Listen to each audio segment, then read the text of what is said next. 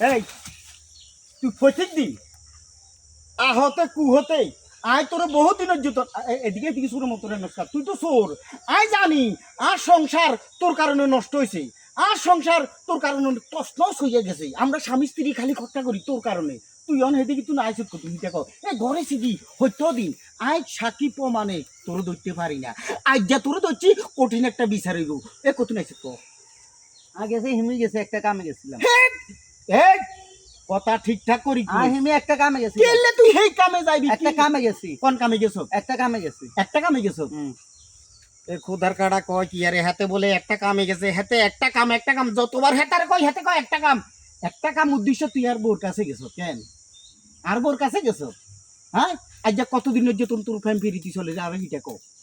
এ কতদিনের যেতন চলে আরে হেতিয়ে তোরে হেতিয়ে বাসে দিত না আর তো আজ যেটা কম ওইটাই আমার চোরে মানে পুলিশ হাতে তো হলো চোরের মতো লাইলে করে হাগল এই তুই কথার উত্তর দে ঘটনাটা কি যা আজ যা কতদিন সম্পর্ক তোর লাগে ক একখান কথা কইতাম রাগ করবেন না হ্যাঁ একখান কথা কইতাম ওরে হাতে বলে আর একখান কথা কইব আচ্ছা ক কি কথা কইবি ভাবির লাগে দেখা করতাম গেছি ভাবি তার মানে আর বউ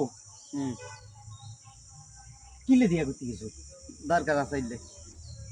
কি দরকার আছে আঙ্গ একটা সম্পর্ক আছে কি আই তার স্বামী আতুন সম্পর্ক গভীর সম্পর্ক আর কি থাকতে পারে তোর লগে কোন ধরনের সম্পর্ক ইয়া আগের থেকে আঙ্গ আজ কত বছর আজ অনেক ওরে খুদারে এই কারণে তো কই এতি আর কখনো কখনো মায়া মোহব্বত ভালোবাসা যেভাবে দেয়